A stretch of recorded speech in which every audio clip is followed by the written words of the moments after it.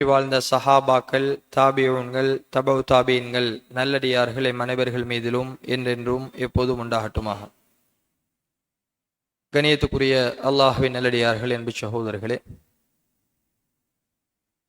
இஸ்லாத்தினுடைய இறுதி மாதமாகிய அல்லாஹுவாலும் அல்லாஹுடைய தூதராலும் சிறப்பித்து சொல்லப்பட்ட சங்கைப்படுத்தப்பட்ட இறுதி மாதமாகிய ஹஜ்ஜுடைய மாதத்தை நானும் நீங்களும் அடைந்திருக்கிறோம். இந்த ஹஜ்ஜுடைய மாதம் என்பது அல்லாஹும் அல்லாஹுடைய தூதரும் 12 மாதங்களில் சிறப்பித்து சொன்ன 4 மாதங்களில் ஒரு மாதமாகும். துல்காதா, துல்ஹிஜ்ஜா, முஹர்ரம், ரஜப், இந்த 4 மாதங்களும் இஸ்லாத்தில் ஏனைய மாதங்களை விட வேறுபடுத்தி காட்டப்பட்டு யுத்தங்களில் ஈடுபடுவதற்கு தடை செய்யப்பட்டு பாவமான காரியங்களில் ஈடுபடுவதை எச்சரிக்கப்பட்டு இன்னும் பல அம்சங்கள் இந்த மாதத்தில் தடுக்கப்பட்டிருப்பதை கண்ணியத்துக்குரிய சகோதரர்களே பார்க்கிறோம். எனவே இந்த மாதத்தில் அல்லாஹ் இதை சங்கைப்படுத்தியிருக்கிற காரணத்தினால் பாவங்களில் ஈடுபடுவது 2 மடங்கு பாவத்தை எங்களுக்கு ஈட்டித் தருகின்ற ஒரு செயலாக அமைந்துவிடும். அதே நேரம் இந்த சங்கைப்படுத்தப்பட்ட மாதத்தில் நன்மையான காரியங்களில் ஈடுபடுவது ஏனைய காலங்களில் செய்கின்ற நன்மைகளை விட இரட்டிப்பான நன்மைகளை எங்களுக்கு பயப்பிக்கும் என்கின்ற அளவுக்கு ஹதீதுகளும் குர்ஆனுடைய வசனங்களும் இருப்பதை நாங்கள் பார்க்கிறோம். எனவே அப்படிப்பட்ட ஒரு சங்கையான ஹஜ்ஜுடைய மாதத்தை நாங்கள் அடைந்திருக்கிறோம். இஸ்லாத்தினுடைய 50 கடமைகளில் இறுதி கடமையாகிய ஹஜ்ஜுடைய இபாதத்தை அல்லாஹ் கடமையாக்கிய ஒரு மாதம். கோத்திரங்கள் மறந்து, ஏழை பணக்காரன் என்கின்ற வித்தியாசம் இல்லாமல், வெள்ளையன் கருப்பன் என்கின்ற வித்தியாசம் இல்லாமல், முழு உலகத்தில் இருந்தும் ஒட்டுமொத்த முஸ்லிம்களும் ஒன்று கூடுகின்ற ஒரு இபாதத் ஹஜ் என்கின்ற இபாதத். வெறும் 2 வெள்ளை புடவைகளால் இஹ்ராம் அணிந்து கொண்டு அல்லாஹுவால் கடமையாக்கப்பட்ட ஹஜ் என்கின்ற இந்த இபாதத்தை நிறைவேற்றுவதற்காக மக்கமா நகரத்தில் ஹாஜிகள் ஒன்று கூடுகின்ற ஒரு மிக உன்னதமான ஒரு இபாதத்தை அல்லாஹ் கடமையாக்கி இருக்கின்ற ஒரு மாதத்தை நாங்கள் அடைந்திருக்கிறோம். எனவே அல்லாஹ் குர்ஆனிலே சொல்கிறான், வதக்கிர் ஃபஇன்ன ذிக்ரா தன்ஃபஉல் முஃமினீன். நபியே, நீங்கள் ஞாபகமூட்டுங்கள். அந்த ஞாபகமூட்டுதல் என்பது உண்மையான இறை விசுவாசிகளுக்கு பயனளிக்கும். இந்த மாதம் எப்படிப்பட்டது?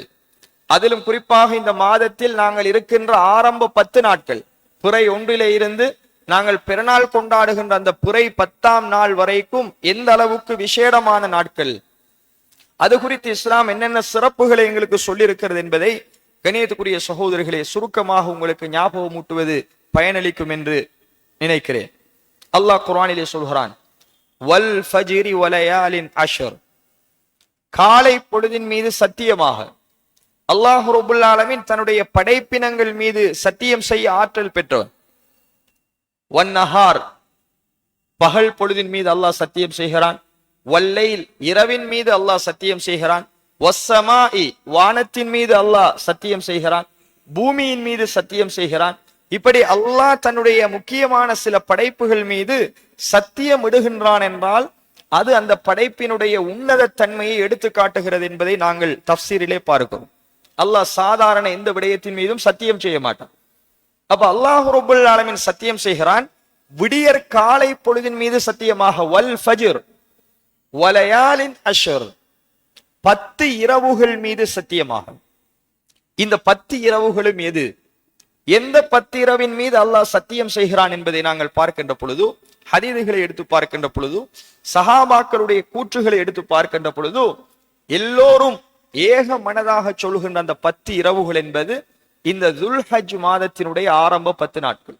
பிறை 1 இருந்து நாங்கள் பிறநாள் கொண்டாடுகின்ற பிறை 10ஆம் நாள் வரைக்கும் தான் அல்லாஹ் இந்த இரவுகள் மீதுதான் சத்தியம் செய்கிறான் என்பதை நாங்கள் பார்க்கிறோம்.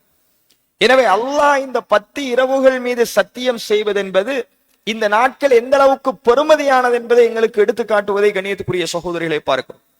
அதனால் தான் ரசூலுல்லாஹி ஸல்லல்லாஹு அலைஹி வஸல்லம் அவர்கள் சஹாபாக்களிடத்தில் சொன்னார்கள், மல் அமலு ஃபீ அய்யாமின் அஃலல மின்ஹா ஃபீ ஹாதிஹி.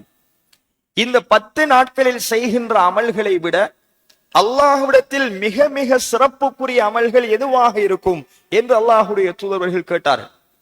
இன்னும் ஒரு அறிவிப்பில் அல்லாஹுடைய தூதர் சொன்னார்கள், இந்த 10 இரவுகளில் செய்யப்படுகின்ற அமல்கள் அல்லாஹுக்கு மிக விருப்பமாக இருப்பதை விட வேறு எந்த நாட்களில் செய்கின்ற அமல்களும் அல்லாஹுக்கு அந்த அளவுக்கு விருப்பமானதாக இருப்பதில்லை.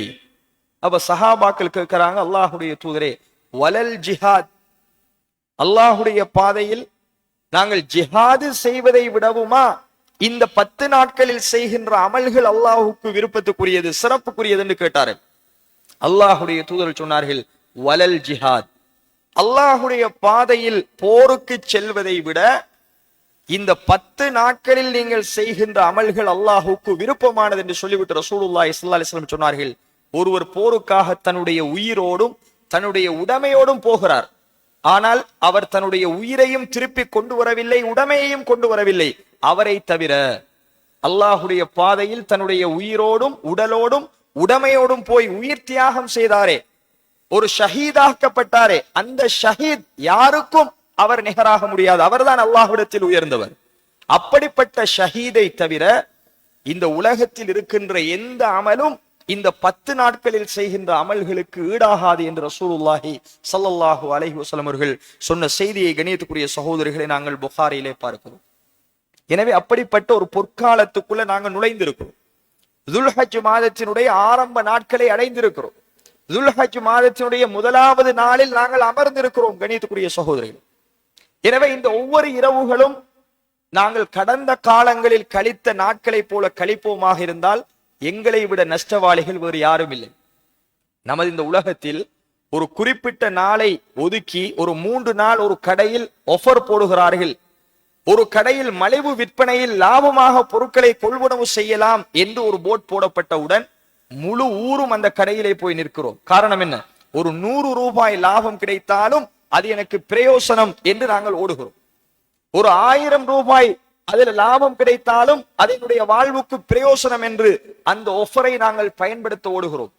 அது போலதான் எப்படி ரமலானுடைய மாதம் எங்களுடைய வாழ்வில் முக்கியமானதோ, நன்மைகளை கொள்ளையடிக்கிற மாதமோ, அதுபோல நாங்கள் இருக்கின்ற இந்த துல்ஹஜ் மாதத்தின் 10 நாட்களும் நாங்கள் செய்கின்ற ஒவ்வொரு அமலும் அல்லாஹுக்கு மிக மிக விருப்பமானது. எனவே இந்த நாட்களை சாதாரணமாக கழித்து விடாமல் கணியத்துக்குரிய சகோதரர்களே, சஹாபாக்களுடைய செய்திகளை பார்க்கிறோம். அவர்கள் எப்பொழுதும் தக்பீரோடு இருப்பார். தக்பீர் என்பது பெருநாளுடைய இரவில் தொடங்கி ஐயாமு தஷ்ரீக்குடைய நாளில் முடிவது மட்டுமல்ல, குறிப்பாக ஹஜ்ஜுடைய மாதத்தில் நாங்கள் இன்றிலிருந்து தக்பீரை சொல்ல வேண்டும். இது பொதுவாக தக்பீர் அனுமதிக்கப்பட்ட காலம். சஹாபாக்களுடைய செய்திகளை பார்க்கிறோம். இப்னு உமர், அதே மாதிரி அபூ ஹுரைரா போன்ற சஹாபாக்கள் சந்தைகளுக்கு போய் தக்பீரை சத்தம் போட்டு சொல்வார்கள், அல்லாஹ் அக்பர், நீங்களும் தக்பீர் சொல்லுங்கள் என்று அங்குள்ள மக்களை அவர்கள் ஆர்வமூட்டுவார்கள், ஞாபகமூட்டுவார்கள் என்று நாங்கள் பார்க்கிறோம்.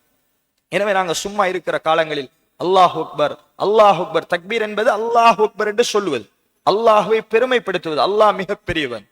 அதே மாதிரி தஹ்லீல், லா இலாஹ இல்லல்லாஹ் என்று நாங்கள் அல்லாஹுவை புகழுவது, அல்ஹம்துலில்லாஹ் என்று அல்லாஹுவை புகழுவது, சுப்ஹான் அல்லாஹ் என்று அல்லாஹுவை தஸ்பீஹ் செய்வது, இதையெல்லாம் சஹாபாக்களுடைய வாழ்வில், அல்லாஹுடைய தூதருடைய வாழ்வில் இந்த ஆரம்ப 10 நாட்களில் அவர்கள் செய்த உபரியான அமல்கள் என்பதை பார்க்கிறோம். இதை அல்லாஹ் மிக மிக நேசிக்கிறான். அவனுடைய பாதையில் ஜிஹாதுக்கு போவதை விட அல்லாஹ்விடத்தில் விருப்பமான அமல்கள் என்பதை கணியத்துக்குரிய சகோதரர்களை பார்க்கும். எனவே இந்த நாட்களில் நாங்கள் முன்பின் சுன்னத்துகளை பேணி தொழுவது, குர்ஆனை ஓதுவது, ஏனைய காலங்களில் குர்ஆன் ஓதுவதற்கும் இந்த 10 நாட்களில் குர்ஆன் ஓதுவதற்கும் மலைக்கும் மடுவுக்கும் உள்ள வித்தியாசம் இருக்கிறது. அந்த அளவுக்கு நன்மை கூடிய காலம். எனவே இந்த ஆஃபரை நாங்கள் பயன்படுத்த வேண்டும். இந்த அல்லாஹ் தந்திருக்கிற சிறப்பு சலுகையை நாங்கள் பயன்படுத்த வேண்டும். தஹஜ்ஜுடைய நேரத்தில் எழும்பி தொழுவது, அல்லாஹ்விடத்தில் இஸ்திக்ஃபார் செய்வது, அதிகம் அதிகம் அல்லாஹுவை நாங்கள் புகழுவது, சதக்கா கொடுப்பது. இந்த இரவுகளில் நாங்கள் கொடுக்கின்ற சதக்கா ஏனைய காலங்களில் கொடுக்கின்ற சதக்காவை விட ரொம்ப மேலானது. ஏழைகளை தேடி போய் அவர்களுடைய வீட்டுக்கு போய் ஒரு 1000 ரூபாயை அல்லாஹுடைய பாதையில் நீங்கள் சதக்கா செய்தாலும் இந்த 10 நாட்களில் அதை விட சிறந்த ஒரு சதக்கா எதுவுமே இருக்காது. ஒரு 100 ரூபாய் கொடுக்க முடியுமாக இருந்தாலும் அது அல்லாஹ்விடத்தில் பன்மடங்கானது. இப்படி என்னென்ன உபரியான அமல்கள் எல்லாம் கண்ணியத்துக்குரிய சகோதரர்களே, அல்லாஹுடைய நடிகார்களே, இந்த நாட்களில் சொல்லப்பட்டிருக்கிறதோ அவைகளை நாங்கள் செய்வதென்பது அல்லாஹ்விடத்தில் மிக மிக விருப்பத்துக்குரியது என்று நபிகள் நாயகம் ஸல்லல்லாஹு அலைஹி வஸல்லம் அவர்கள் சொன்ன செய்தியை நாங்கள் பார்க்கிறோம். அதே நேரம் இந்த ஆரம்ப 10 நாட்களில் அரஃபாவுடைய தினம், ஹாஜிகள் அரஃபாவில் ஒன்று கூடுகின்ற அந்த அரஃபாவுடைய தினம் என்பது ரசூலுல்லாஹி ஸல்லல்லாஹு அலைஹி வஸல்லம் அவர்கள் இன்னும் சிறப்பித்து சொன்ன ஒரு நாள். அதிலே ஹாஜிகள் நோன்பு பிடிக்க மாட்டார்கள். ஏனையவர்கள் அரஃபாவுடைய நோன்பை நோக்க வேண்டும். அது உங்களுடைய முன் சென்ற ஒரு வருடத்து பாவங்கள் மன்னிக்கப்படுவதற்கும் நீங்கள் செய்ய இருக்கின்ற எக்ஸ்ட்ரா அந்த ஒரு வருடத்து பாவம் மன்னிக்க 2 வருடத்து பாவங்களை மன்னிக்கின்ற ஒரு நோன்பாக அது இருக்கிறது. அதையும் நீங்கள் தவற விட்டு விட வேண்டாம் என்பதை நபிகள் நாயகம் ஸல்லல்லாஹு அலைஹி வஸல்லம் அவர்கள் எங்களுக்கு வலியுறுத்திய செய்தியை கண்ணியத்துக்குரிய சகோதரர்களை நாங்கள் பார்க்கிறோம். அதே நேரம் இந்த 10 நாட்களில் எந்த அளவுக்கு என்னென்ன அமல்கள் எல்லாம் இஸ்லாத்தில் வழிகாட்டப்பட்டிருக்கிறதோ அவைகளை நாங்கள் முடியுமான அளவுக்கு எடுத்து நடக்கின்ற பொழுது நிச்சயமாக அல்லாஹ் ரப்பல் ஆலமீன் எங்களை பொருந்தி கொண்ட மிக மிக நன்மைகளை எங்களுடைய பட்டியலில் பதிவு செய்த அடியார்களாக எங்களை அல்லாஹ் மாற்றி விடுவான் என்பதில் எந்த விதமான ஐயவும் இல்லை. அதே நேரம் உலுஹியா என்கின்ற இபாதத்தை கொடுப்பதற்கு நியத்து வைத்தவர்களுக்கு இஸ்லாம் சொல்கின்றது, அவர்கள் தலைப்புரை தென்பட்டதிலே இருந்து தங்களுடைய உலுஹியா பிராணியை அவர்கள் அறுத்து பலியிடும் வரைக்கும் தங்களுடைய முடிகளையோ நகங்களையோ அவர்கள் களையக்கூடாது. எனவே எங்களில் யாராவது உலுஹியா கொடுக்கின்ற நியத்திற்குமாக இருந்தால் அவர் இன்றிலிருந்து எந்த விதமான நகத்தையும், அது கால் நகம் கை நகம், தலை முடியாக இருக்கலாம், அக்கிள் முடியாக இருக்கலாம், மர்மஸ்தான முடியாக இருக்கலாம், எந்த முடியையும் அவர் தெரிந்து நீக்க கூடாது என்பதை இஸ்லாம் எங்களுக்கு சட்டமாக சொல்கிறது. அவர் உலுஹியா கொடுத்ததன் பின்னாடிதான் அதை நீக்கிக் கொள்ள வேண்டும். எனவே உலுஹியா கொடுப்பதற்கு ஒருவர் இப்பொழுது நியத்து வைக்கல, இன்னொரு 4 நாளையாலதான் அவருக்கு வசதி வருகிறது, அப்பொழுதுதான் அவர் உலுஹியா கொடுக்க நியத்து வைக்கிறார் என்றால், எப்பொழுது நியத்து வைக்கின்றாரோ அந்த நிமிடத்தில் இருந்து நகத்தையும் முடியையும் அவர் களையக்கூடாது உலுஹியா கொடுக்கும் வரை. எனவே கண்ணியத்துக்குரிய சகோதரிகளை இந்த சட்டத்தையும் ஞாபகமூட்டிக் கொள்கிறேன். எனவே இந்த இரவுகள் சாதாரண இரவுகளாக எங்களுடைய கேளிக்கைகளில், கூத்துகளில், கும்மாளங்களில் அல்லது சாதாரணமாக தூங்கி விடுவதில் அல்லது போனுகளை பார்த்து கொண்டு நேரங்களை வீணடிப்பதில் இந்த இரவுகளை நாங்கள் கழித்து விடாமல் முடியுமான அளவுக்கு குர்ஆன் ஓதுவோம், அல்லாஹ்வை திக்ர் செய்வோம், தக்பீரோடு இந்த நாட்களை கழிப்பதற்கு எல்லாம் அல்லாஹு தஆலா எனக்கும் உங்களுக்கும் தௌஃபீக் செய்வானாக. ஆமீன் ஆமீன். வ ஆகிரு தஅவானா அல்ஹம்துலில்லாஹி ரப்பில் ஆலமீன்.